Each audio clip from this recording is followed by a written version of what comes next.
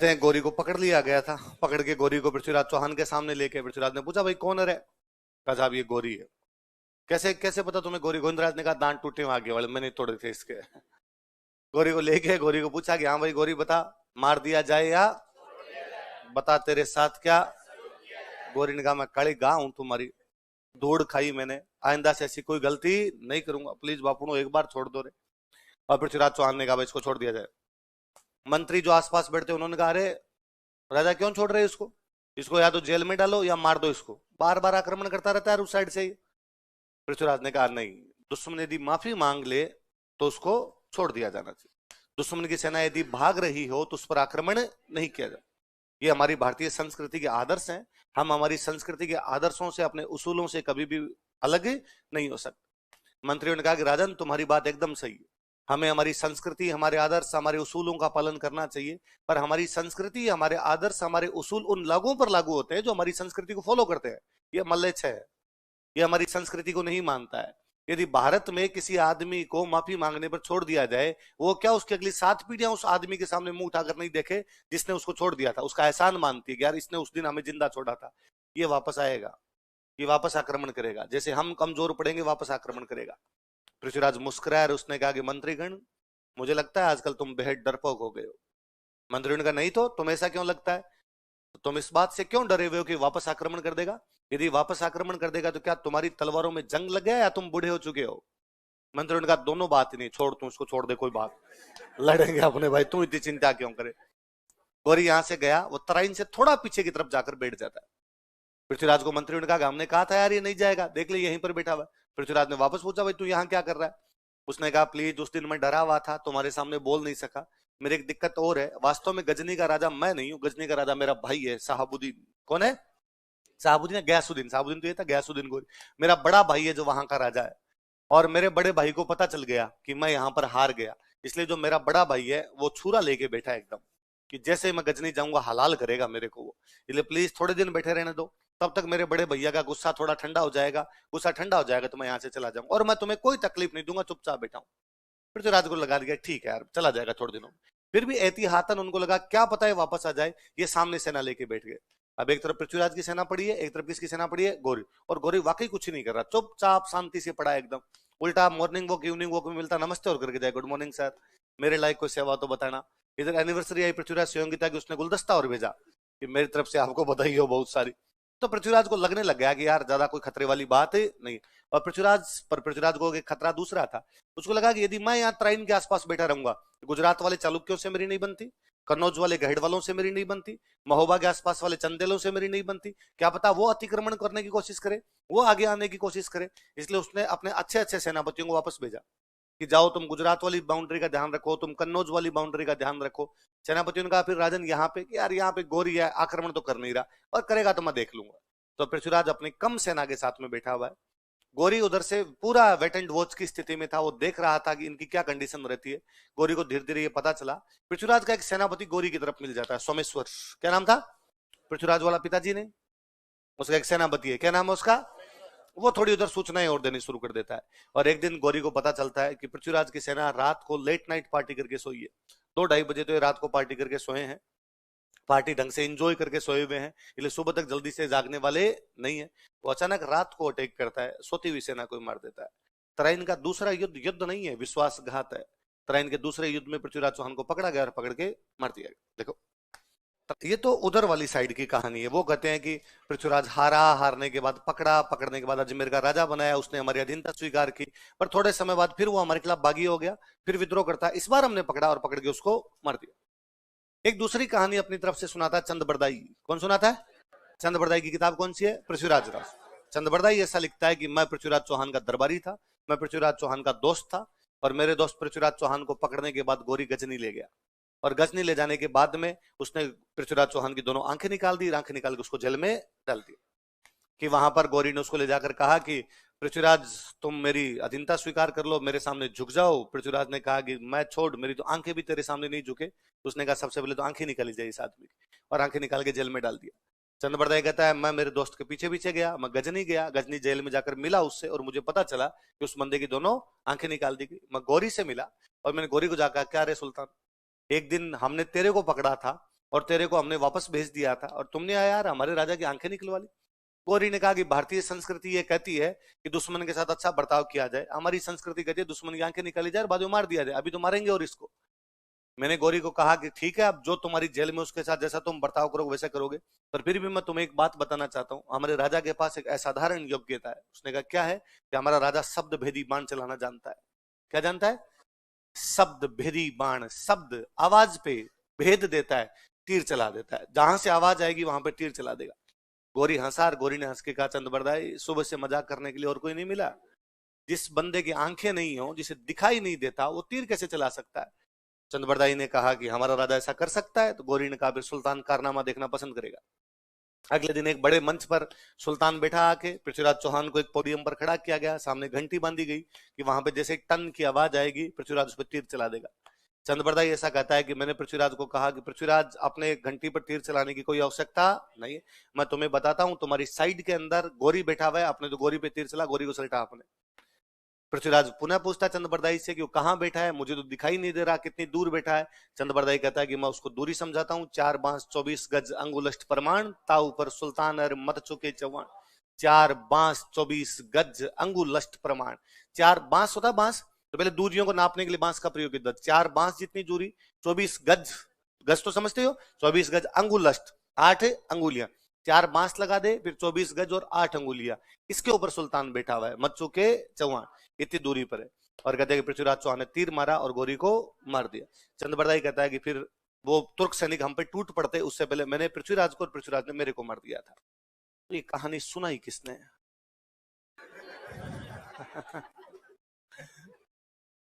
एक मूवी है, कभी देखना आप, पायरेट्स ऑफ द कैरेबियन। कौन सी मूवी है? देखना, अच्छी मूवी, हॉलीवुड की मूवी है, pirates of the Caribbean. Pirates होते हैं लुटेरे, पायरेट्स होते हैं लुटेरे, कैरेबियन समुद्र के लुटेरों पर बने। जैक स्पैरो, तो उसमें कहते हैं आज दिन तक जो कोई पायरेट्स ऑफ द कैरेबियन के चंगुल में फंसा वो वापस जिंदा बचकर। तो जैक स्पैरो कहता है फिर ये कहानियां सुना था कौन? कौन बताता है कि पायरेट्स ऑफ द कैरेबियन ये करते हैं वो करते हैं? हम हालांकि आंसर देते हैं, हम कहते हैं कि चंद्रबरदाई के बेटे जलहण ने इस कहानी को पूरा किया। पृथ्वीराज रासो को पूरा करने वाला बंदा कौन था? जलहण। जलहण किसका बेटा है? चंद्रबरदाई। किसका बेटा है?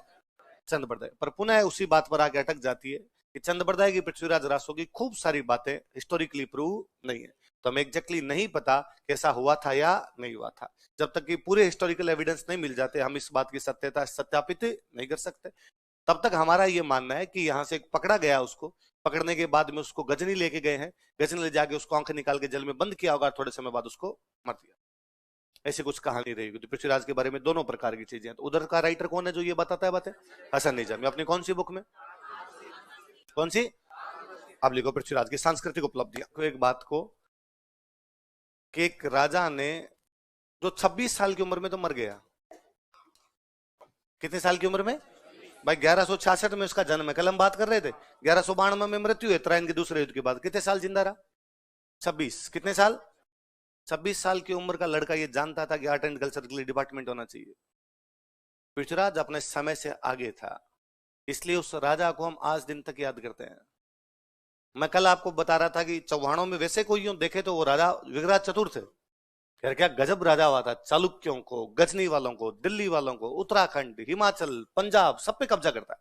तब भयंकर वाला राजा हुआ था। लेकिन विग्रह चतुर्थ को आप तब तक नहीं जानते जब तक हिस्ट्री ना पढ़ो। विग्रह चतुर्थ को जानने के लिए आपको हिस्ट्री पढ़नी पड़ेगी।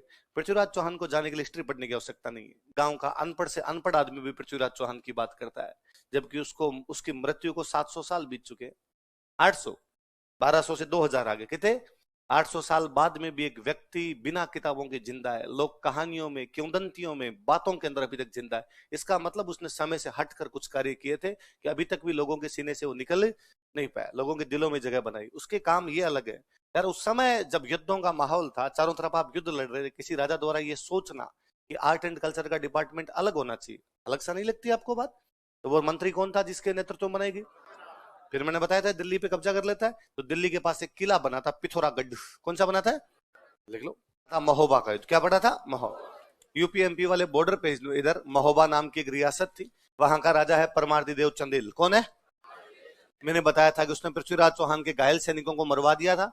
इसलिए पृथ्वीराज चौहान उससे नाराज था, उस पर आक्रमण करता है, आक्रमण करके उसको हराता है और महोबा का प्रशासन किसको सौंप देता है? पंचवंत राय। और हमने पढ़ा था कि परमार्दी देव चंदेल के दो बहादुर सेनापति थे जिनके नाम थे आला और उदल। क्या नाम थे?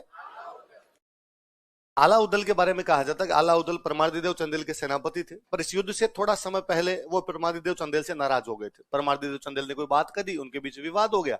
विवाद हो गया तो आला उदल परमार्दी चंदेल का महोबा छोड़कर कन्नौज चले गए थे। कहां चले गए? उन दिनों कन्नौज का राजा था जयचंद गहडवाल। कौन राजा था? तो आला उदल किसके पास रहते थे? जयचंद गहडवाल। जयचंद गहडवाल कहां का राजा था? कन्नौज। कहां का राजा था? कन्नौज का। इधर पृथ्वीराज चौहान परमार्दी चंदेल पर हमला करने जा रहा है। जब पृथ्वीराज चौहान परमार्दी चंदेल पर हमला करने जा रहा है तो परमार्दी चंदेल के समझ में आएगा, अरे यार अपने तो बहादुर सेनापति तो है ही नहीं, और जब किसी बड़े राजा का मुकाबला करने जा रहे हैं तो अच्छे सेनापति अपने पास होने चाहिए। तो आला उदल को मैसेज करता है कि आला उदल सॉरी, जो हुआ उसके लिए माफी मांगता हूं, प्लीज आओ, मातृभूमि को तुम्हारी आवश्यकता है।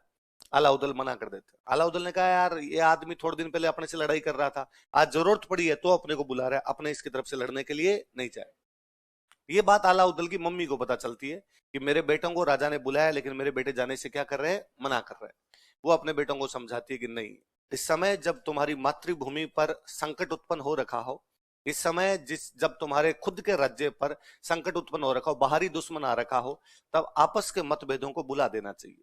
तुम आपस में यदि लड़े हुए हो तो तीसरा पक्ष कभी भी इसका फायदा उठाना नहीं चाहिए। तुम्हें अपनी मातृभूमि की रक्षा करनी चाहिए, तुम्हें मातृभूमि की रक्षा के लिए जाना चाहिए। उनकी माँ जब उनको मोटिवेट करती है तो आला और उदल लड़ने के लिए आते हैं। ये बात होता है ना, इतिहास क्यों पढ़ना चाहिए? इतिहास इसलिए पढ़ना चाहिए, इतिहास सिखाता है कि तीसरे पक्ष से जब लड़ाई हो तो आपस के मतभेद समाप्त कर दिए जाने चाहिए। तब महाभारत की कहानी याद आती है कि महाभारत की कहानी है कि कौरवों को एक बार दुश्मनों ने पकड़ लिया।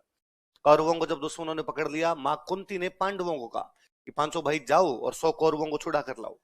भीम थोड़े बोलने में ज्यादा थे। भीम ने कहा कि माते, ये कौरव डेली ये सोचते हैं कि हमको कैसे मार दिया जाए, कभी सोचते हैं आग में जलाकर मार दिया जाए, कभी सोचते हैं पानी में डुबोकर मार दिया जाए, उन कौरवों को हम छुड़ाने जाए? अच्छी बात है, दुश्मन ने पकड़ लिया, मैं तो कह रहा हूं मार दे उनको दुश्मन, ताकि पापा कटे, वरना वो हमें मारेंगे। कुंती वापस कहती है कि नहीं भीम, यदि तुम आपस में लड़ते हो तो कौरव 100 है और तुम 5 हो। यदि कोई तीसरा पक्ष लड़ते हो तो वयम पंचम अधिकम शतकम, हम 105 है। कितने हैं? आपस की लड़ाई का फायदा तीसरा पक्ष उठाना। पांडव जाते हैं, कौरवों को छुड़ा कर लाते हैं। लड़ाई घर घर की लड़ाई है और लड़ेंगे। इसलिए अपने गांव में आज भी कहते हैं कि भाई रे, घर घर की लड़ाई तो होती है, आज से थोड़ी महाभारत टाइम से होती आ रही है। इसलिए आज भी कोई आपस में लड़ रहे हो तो कोई तीसरा पक्ष कई बार जल्दी से छुड़ाने के लिए नहीं जाता, क्योंकि तीसरा पक्ष कहता अपने छुड़ाने के दोनों एक हो गए तो, क्योंकि अपने एक होने की परंपरा थी। तो आला और उदल लड़ने के लिए आते हैं। आला उदल क्या भयंकर लड़ते हैं। पृथ्वीराज चौहान हालांकि युद्ध जीत जाता है, लेकिन हम महोबा के युद्ध को इसलिए याद नहीं रखते कि पृथ्वीराज चौहान जीत गया था।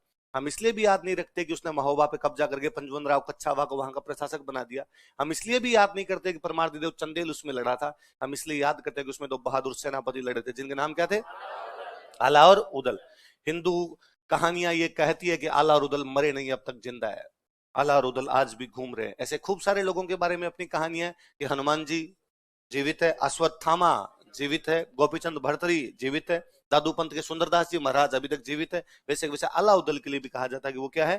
जीवित, कि वो अभी भी घूम रहे हैं, वो अभी भी जीवित है। तो दो बहादुर सेनापति किसकी तरफ से लड़ रहे थे? परमार्दिदेव चंदेल। आप पुनः देखिए, हमारी सभ्यता ने उन लोगों को याद किया जिन्होंने संघर्ष किया हो, भले ही हार गए हो।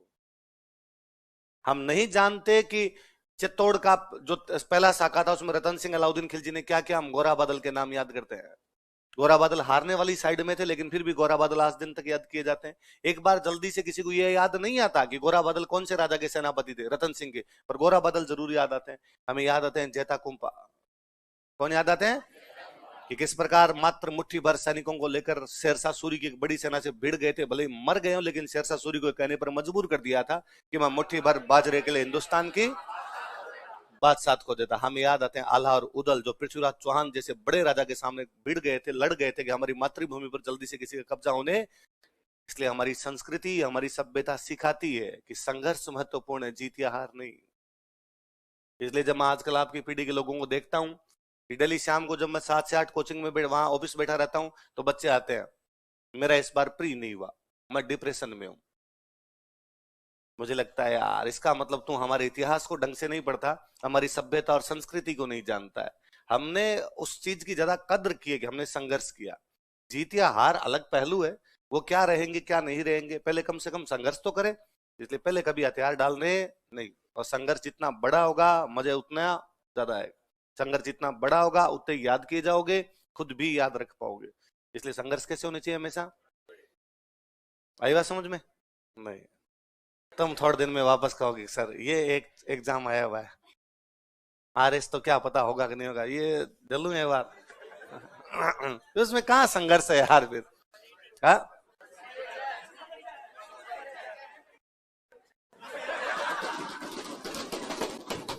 अल्लाह रहम करे। चलो। है क्या, बेरोजगारी का आलम है। हम अभी तक उस आकर्षण से बाहर नहीं निकल पाए हैं कि सरकारी नौकरी सब कुछ होती है। जब तक ये आकर्षण बना रहेगा कि सरकारी नौकरी ही सब कुछ है, तब तक फॉर्म इसी प्रकार भरे जाएंगे। जब तक ये बना रहेगा सरकारी नौकरी ही सब कुछ है, तब तक लोग रिस्क लेके भी पेपर आउट करवाने की कोशिश करेंगे। कितना भयंकर रिस्क है कि आप पकड़े गए, जेल के अंदर जाओगे, डीबार हो जाओगे, पैसे लगेंगे और लगेंगे, फिर भी बंदे को लगता है कि यदि सफल हो गया तो सरकारी नौकरी लग जाएगी, है ना। उस सरकारी नौकरी के चक्कर में लोग इतने रुपए देने के लिए तैयार हो जाते हैं उस सरकारी नौकरी के चक्कर में, जितनी वो पूरी जिंदगी में तनख्वाह से नहीं कमा पाता। पर वो जानता है कि सरकारी नौकरी में केवल तनख्वाह थोड़ी है, इतने रुपए मैं दहेज के रूप में वापस ले लूंगा, है ना। तो ये दहेज, ये भ्रष्टाचार, ये तमाम प्रॉब्लम कहीं ना कहीं इसके पीछे एक बड़ा लॉजिक है कि लोगों में किसके प्रति आकर्षण है, सरकारी नौकरियों के प्रति आकर्षण है। इसलिए दहेज वाली समस्या, एक अनार 100 बीमार। सरकारी नौकरियां कम है, जब तक कम सरकारी नौकरियां रहेगी तब तक ये डिमांड अपने आप में बनी रहेगी। ये क्या, ये भ्रष्टाचार वाला है। फिर आदमी चाहता है कि जब इस पोस्ट पे आ गए तो 7-8 पीढ़ी का तो इकट्ठा करें, कम से कम तो क्या ही पार पड़े अपने। चलो अपने पढ़ो आगे। फिर एक कारण जो बताया जाता वो ये है कि जयचंद की एक राजकुमारी थी संयोगिता। कौन राजकुमारी थी बताओ देखिए। संयोगिता। किसकी राजकुमारी है संयोगिता? जयचंद की राजकुमारी। कहते संयोगिता और पृथ्वीराज दोनों आपस में प्यार करते थे। संयोगिता ने जयचंद को कहा कि भाई मुझे किससे शादी करनी है? पृथ्वीराज। जयचंद ने कहा और किसी से कर ले दुनिया में, लेकिन पृथ्वीराज से तो नहीं करे, पृथ्वीराज अपना दुश्मन है। और ऐसा कहा जाता है कि जयचंद ने एक स्वयंवर का आयोजन किया। किसका आयोजन किया? स्वयंवर। अपना वर खुद चुन लो। स्वयं मतलब खुद, वर मतलब पति, खुद का पति खुद चुन लिया जाए। और भारत के तमाम बड़े बड़े राजा और राजकुमारों को आमंत्रित किया गया कि राजकुमारी संयोगिता अपना स्वयंवर कर रही है, अपना वर चुनने जा रही है, आप तमाम लोग सादर आमंत्रित है, पृथ्वीराज चौहान को छोड़ के। बाकी सारे राजा और राजकुमार बुलाए गए, लेकिन पृथ्वीराज चौहान को नहीं बुलाया गया। उल्टा पृथ्वीराज चौहान के लिए कहते हैं कि जयचंद ने उसकी एक मूर्ति बनवाई और अपने वहां लगा दी जहां पर गेट कीपर खड़ा होता है, कि बस द्वारपाल गेट कीपर ही होता है। तुमने किताब में द्वारपाल ही पढ़ा था, तुम्हारी गलती नहीं, गेट कीपर कहते हैं उसको अंग्रेजी में ना।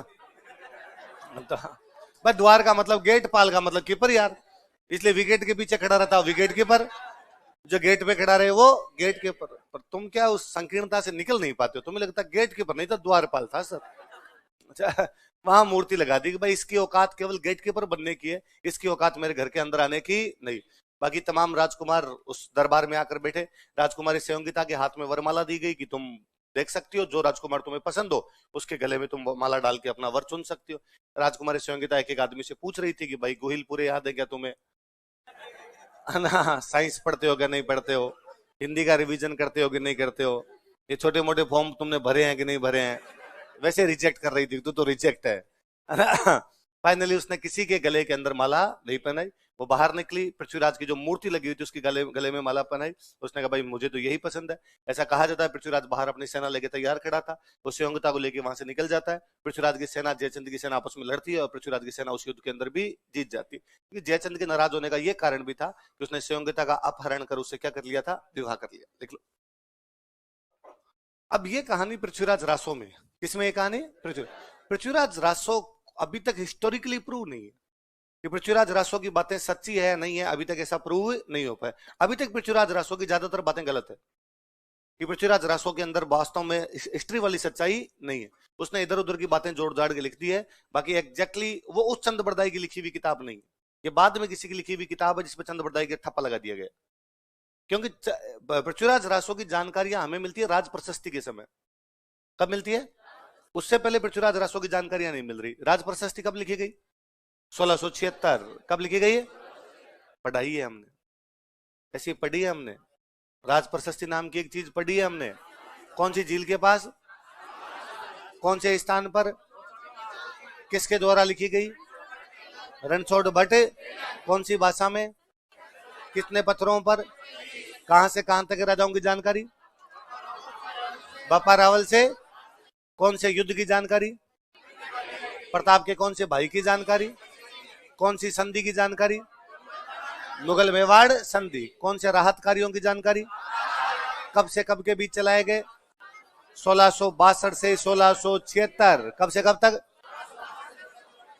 कोई बात नहीं, कमरे में एक आदमी को याद होना चाहिए, मुझे याद है, क्या फर्क पड़ता है उसको, आप करो मैं करूं, बंटा हुआ है क्या अपने बीच में, भाई भाई आपस में कोई कर लो, है ना, तो आप निश्चिंत रहा करें, एक आदमी को याद होना चाहिए, मैंने याद कर रखे हैं, ठीक है, पार पड़ जाएगी अपने, क्या है इसमें, कोई बात नहीं, आपको याद नहीं है तो पृथ्वीराज रासो की शुरुआती जानकारियां जो मिलती है हमें, वो कौन से प्रशस्ति में मिलती है, राज प्रशस्ति, राज प्रशस्ति कब की है, पृथ्वीराज रासो है 1192 की, पृथ्वीराज चौहान 1192 में तो मर ही गया था, तो वो 1192 के आसपास की, अब 1192 के आसपास की घटनाएं लिखने का एविडेंस कब मिल रहा है, 1676, लगभग कितना साल, 500 साल, 1200 और 1700 मान लो आप, लगभग 500 साल, 500 साल में तो यार कई नमक मिर्च लगते हैं, उसमें कई बातें इधर उधर की हो जाती है, जैसे वो यही बता देता है कि पृथ्वीराज चौहान की माता कर्पूरी देवी दिल्ली की थी और जयचंद की मम्मी भी दिल्ली की थी, ये आपस में भाई थे, इस प्रकार की कई घटनाएं लिख देता है वो, लेकिन हम जानते हैं कि पृथ्वीराज चौहान की मम्मी कर्पूरी देवी चेदी की राजकुमारी थी,